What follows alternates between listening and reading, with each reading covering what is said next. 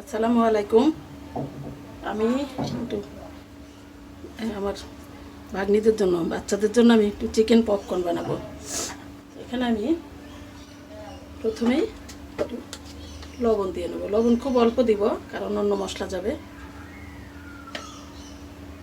আধা চা চামচের কম। এখানে আমি একটা বড় মুরগির বুকের 2 পাশ হয়তো কাটলে সেখান থেকে অর্ধেকটা 1 পাশ নিয়ে নিয়েছি, মানে 4 ভাগের 1 ভাগ।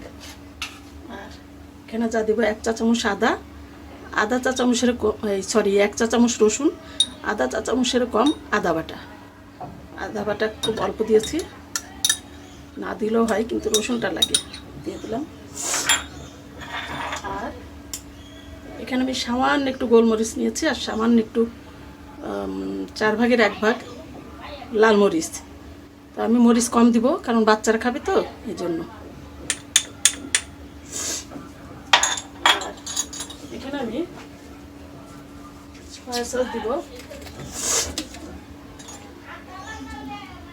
সস দিব, এই 2 চা চামচ। আর টমেটো সস দিব, টমেটোর সস নাই মনে হচ্ছে, সামান্য একটু দিলাম 1 চা চামচ। দিয়ে আমি এভাবে মাখিয়ে রাখলাম। এত জোরে উপর থেকে আমার সাউন্ড আসে, আমি ভিডিও করতে গেলে খুব বিভ্রান্তিকর পরিস্থিতিতে পড়ে যাই।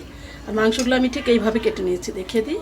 খুব ছোট আমি করিনি, পপকর্নের মাংস আরও ছোটো কাটতে হয়, তা আমি অতটা ছোট করিনি, একটু ইয়ের মতন রেখেছি আর কি, ওই ফ্রাইয়ের মতো, অত ছোট করিনি। তো পপকর্ন সাধারণত খুব ছোট হয়, আসলে পাঠাবো তো বাচ্চাদের জন্য, এই জন্য অত ছোটো করলাম না। এইভাবে আমি ম্যারিনেট করে রেখে দেব। আমি এটা ফ্রিজে রেখে দেবো, কতক্ষণ পরে ভাজতে পারি দেখি। ম্যারিনেট করে ঢেকে একটা ঢাকনা দিয়ে ঢেকে ফ্রিজে রেখে দেব। আমি যে চিকেনটা ম্যারিনেট করে রেখেছিলাম এটা নিয়ে আসলাম। আমি সকালে দুপুরে করেছিলাম, এখন বিকাল বলতে সন্ধ্যা আর কি। এটা ফ্রিজে রাখলে কোনো সমস্যাই হয় না, বরং বেশি ভালো হয় খেতে, এই জন্য এখন বের করে আনলাম। আমি একটু বেশি সময় করে ফ্রিজে করে রেখে দিই, সবসময় তো তাড়াহুড়ো করে সময় পাই না, এভাবেই করি। আর এখানে আমি যেটা করছি সেটা হচ্ছে, এখানে মিশিয়ে রেখেছি আমি অফ ক্যামেরায়, ভিডিও বড় হয়ে যাবে জন্য। এখানে আমি 3 চা চামচ কর্নফ্লাওয়ার নিয়েছি আর 3 চা চামচ ময়দা এখানে নিয়েছি। আর কোয়ার্টার চা চামচ, মানে চা চামচের 4 ভাগের 1 ভাগ ছোটো চা চামচের গোলমরিচ দিয়েছি, আর সামান্য একটু লবণ দিয়েছি, আর 1 চিমটি বেকিং পাউডার দিয়েছি। এই কোয়ার্টার চা চামচের 4 ভাগের 1 ভাগই হবে, এর মধ্যে দিয়েছি। আমি সাধারণত ব্রেড ক্রামের মধ্যে যে কোটিংটা, ওইটা আমার খুব একটা পছন্দ না, মানে আমার ভালো লাগে না, এই জন্য আমি একটু অন্যভাবে করব পপকর্ন সাধারণত ব্রেড ক্রামের মধ্যে দেওয়ার পরে আর কিছু করা হয় না, কিন্তু আমি ময়দায় গুলিয়ে ভাজবো। সবাই এভাবে ভেজে তারপরে পরিবেশন করে, কিন্তু আমি পরে দেখতে সসের মধ্যে টমেটো কেচাপ কিংবা রসুন এগুলো দিয়ে একটু সতে করব, এটা দেখাবো। এখন আমি এখানে এর মধ্যে একটু পরিমাণ মতো পানি দিয়ে দেবো। এটা কেমন হবে আমি একটু দেখাই।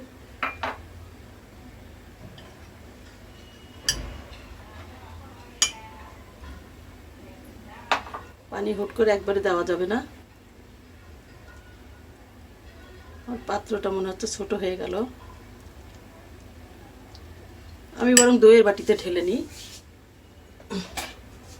এটাতে এই বাটিগুলোতে কাজ করতে এত আরাম, এত স্বাচ্ছন্দ্য বোধ করি, ইচ্ছা মতো জোরে জোরে নাড়া যায়, ঘোরানো যায়, কিচ্ছু হয় না, খুব সুবিধা। এই জন্য আমি এগুলো ফেলি না। এগুলো এখন তার কিনা হয় না, অনেক আগের বাটিগুলা, কিন্তু আমি ফেলিনি বা নষ্ট করিনি, রেখে দিয়েছি। সব কাজে ব্যবহার করা যায়, দই বসানোর কাজে ব্যবহার করা যায়, সরি।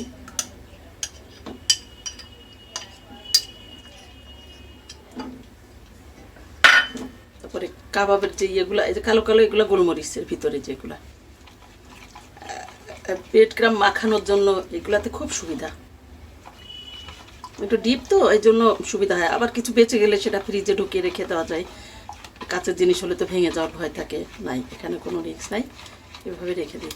আর এই বাটিগুলো তো ফুড গ্রেড বলেই তো এটা বিক্রি হয় আর কি, খাবার সহ। এই জন্য আমার মনে হয় আর কি, ফুড গ্রেড না হলে তো এটা ধরতো। সরি, আমি এখানে চুলাটা জ্বালিয়ে দিই,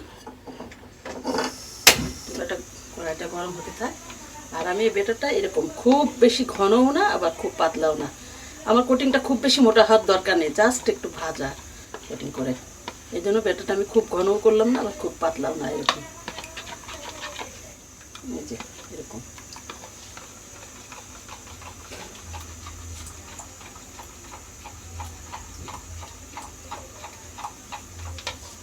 আমার হয়ে গেছে মোটামুটি। এখন আমি যেটা করবো, ফ্রাই প্যানে তেল দিয়ে দিই।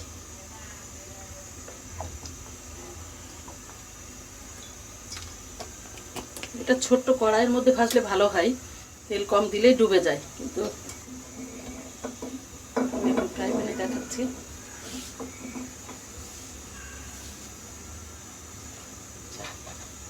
এখন আমি যেটা করবো হচ্ছে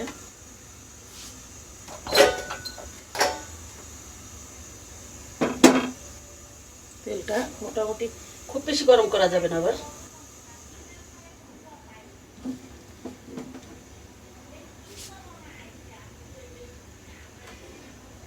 জাস্ট এরকম একটু লাগলেই চলবে।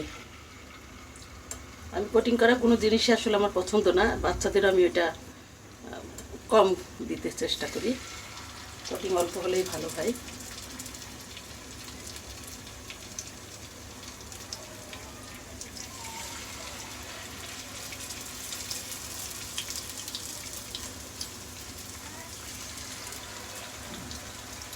এভাবে আমি সবগুলো দিয়ে ভেজে নেব।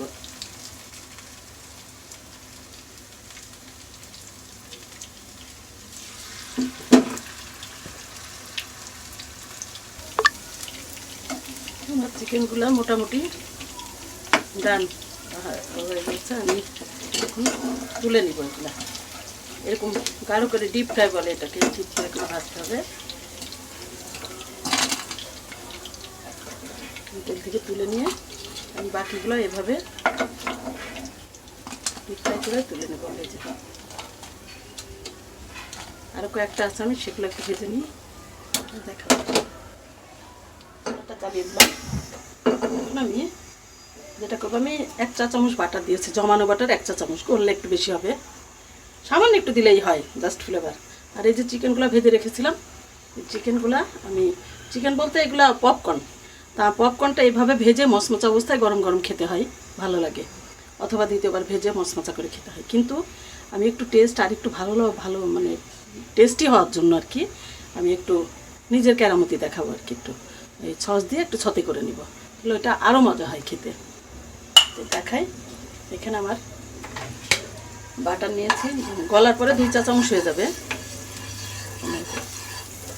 এটা চুলাটা একদম কমিয়ে দেবো, বাটারটা চলে গেলে একদমই আমি নেমেই দিলাম, কারণ সসটা ভিনেগার থেকে এটা ছুটবে, দম শ্বাস নিতে সমস্যা হবে।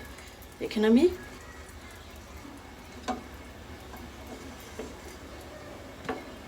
যতটুকু, আমি 2 টেবিল চামচ মতো সস দিলাম, সয়া সস, এই টমেটো কেচাপ দিলাম। আমি এখন চুলাটা জ্বালিয়ে দেবো। সরি, চুলাটা আমার ঠিক করতেই হবে।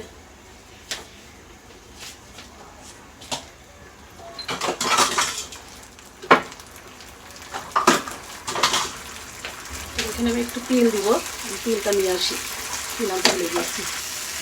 এখানে বলে রাখি, বাটার যদি না থাকে তেল সামান্য একটু গ্রিস করে নিয়ে এখানে কিংবা কড়াইয়ে করা যাবে। এবারটা খুব আস্তে করে দিতে হবে, যে করা যাবে। বাটারটা দিলাম জাস্ট একটা অসম ফ্লেভার নিয়ে আসে বাটার, অনেক খেতে আরও মতো লাগে,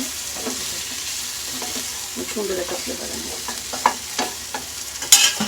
যেটা করবো একটু নাড়াচাড়া করে নামিয়ে ফেলবো, এটা 1.5-2 মিনিটেই হয়ে যায়, কিন্তু টেস্টটা একদম বাড়িয়ে দেয়। আসলে রেসিপি বলে কিছু ওইভাবে কোনো ফর্মুলা হয় না, যার মুখে যেটা ভালো লাগে সেটাই করবে। এটা যার যার মুখের স্বাদের উপরে নির্ভর করে, পছন্দের উপরে নির্ভর করে। বিশেষ কিছু রেসিপি ছাড়া বিশেষ কিছু খাবার আছে সেগুলো একদম ফর্মুলা অনুযায়ী রান্না করতে হয়, কিন্তু সব খাবার না। আর আমাদের বাঙালিদের মুখে টেস্ট অনুযায়ী তো কোনো ফর্মুলা মেনটেন করা যায় না। স্পাইসি হতে হবে, লবণ ঝাল বেশি, মানে সবই বেশি হতে হবে, তেল, এরকম আর কি। এজন্য কোনো ফর্মুলা লাগবে না, যেটা মজা লাগবে সেটাই করতে হবে। এখানে আমি কিছু ভাজা তিল নিয়ে নিলাম, ভাজা তিল দিয়ে দেবো। এটা খুব সুন্দর একটা ফ্লেভার আনে। তিলটা আমি ভেজে রেখে দিয়েছি রোস্ট করে, আরও আছে, আমি অল্প করে নিয়ে এসেছি, বেশি দিব না।